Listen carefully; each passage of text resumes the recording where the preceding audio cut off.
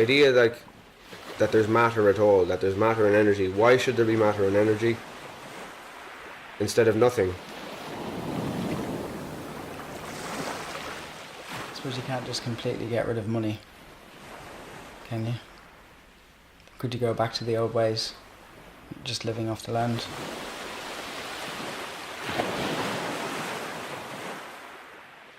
I will arise and go now and go to Innisfree, and a small cabin build there, play and wattle. Everything's taking place on a global scale, so I think what affects one person affects everyone now. I know it's very cynical to say, but I almost feel like I need to save myself, do you know? It's almost like every man for himself. Like I just want to ignore the outside world. Even though possibly, if everyone does that, you know, that possibly leads to disaster. Yes, the universe exists, because there might not be a deeper meaning, you know? Drum solo. Everyone is really busy. They're all caught up in this rat race and they don't have enough time to relax or enjoy what life is actually about. I would have been much happier if I was born about 50 years ago. I don't think that we're suited to live the life that we live now. If you can wake up when you're finished sleeping is ideal. If you can eat when you're hungry is ideal, rather than living to a schedule which is artificial, it's just created by, I don't know, it's a social construct, isn't it? That works for some people, but I know it doesn't work for me.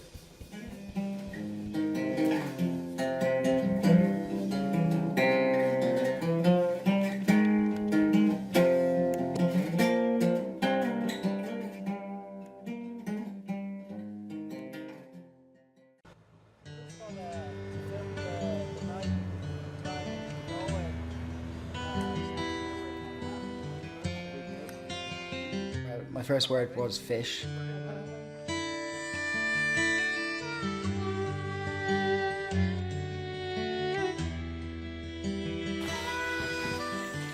Since I was a kid, I've always lived near some form of water, whether it's marine or freshwater, a river, lake. I've always been into fishing. 2 boats, and yeah, it was a really successful business for a while. And then all the reps came in and all the local farmers started getting loads of grants, and they were dumping twice the amount of fertiliser on the land, and that actually killed off the fish population in the lake, and that led to our business closing down, and it led to, I suppose, us moving away to England, and it was a change in lifestyle. I was living in a city, it was completely different, you know. I suppose it's society catching up in the countryside and then killing everything off, as it always has, really. About 50 years' time, the way global warming is going, we're literally going to have no stocks of fish in our oceans to sustain human life. Yeah, it's not good.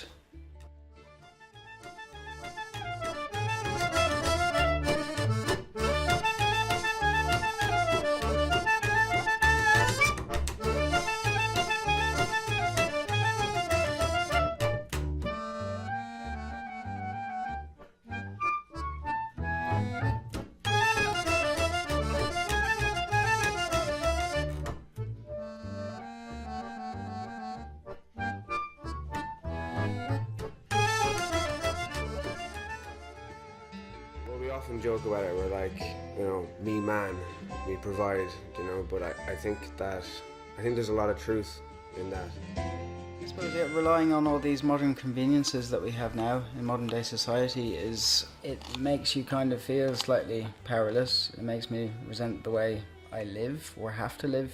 I'm able to, I suppose, catch fish and cook them myself and eat them, and I'm not relying on mass production of fish or anything, really.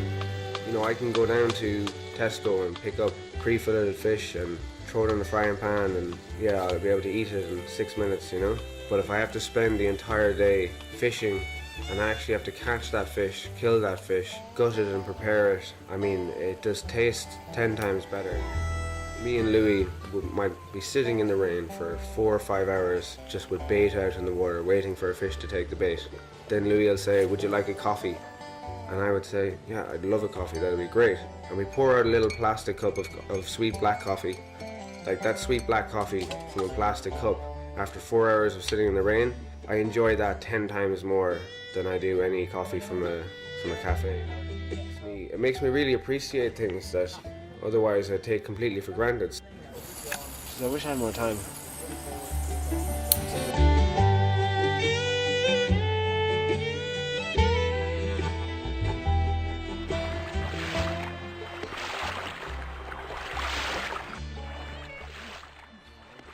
I will arise and go now, for always night and day I hear lake water lapping with low sounds of the shore.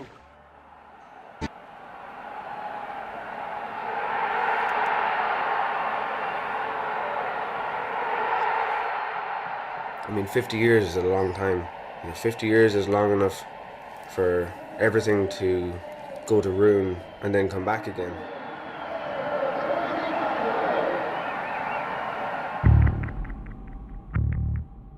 I'm quite cynical. I'm quite cynical when I look at the current state of affairs. I think that it seems highly likely that there's going to be some sort of societal catastrophe. Few people laughed, few people cried, most people were silent. Something will happen, whether it be overpopulation or global warming, or overpopulation causing global warming to occur in such a way that we cannot sustain ourselves on the earth. It'll definitely be one of the two or a combination. At least that society as we know it, or society as I want it to be, is not going to be there, you know, at large. I feel like I'm going to have to be responsible for almost creating my own society. You know, that I'm going to need to pick my friends and pick the people that I associate with and what we do. And I genuinely feel like I have to be apart from the flock. It terrifies me really to see what's happening, because everything is becoming so global now. Like everyone is connected to everyone, so everything affects everyone.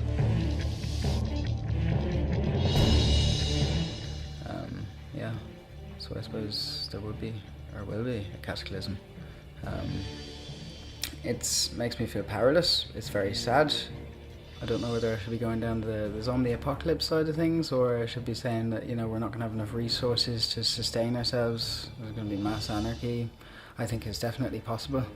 There's going to be so many people living on this earth in 50 years' time that we're not going to have the resources to sustain ourselves.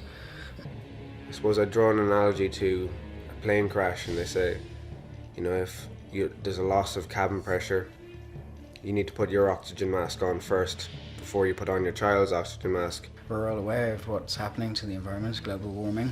It's not a joke, but we've gone past the point of repair. The only thing we can do now is help it or mitigate it. But yeah, we can't really do anything now. I remembered the line from the Hindu scripture, the Bhagavad Gita. Now I am become death, the destroyer of worlds.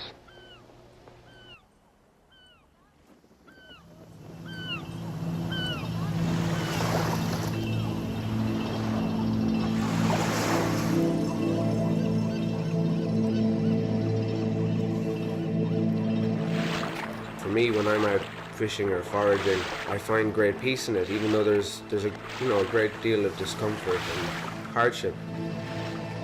A lot of what I do now, a lot of what I have got interested in the past, say 3-4 years, has been to not let myself just stew in my own thoughts. It's been to, for example, I train martial arts.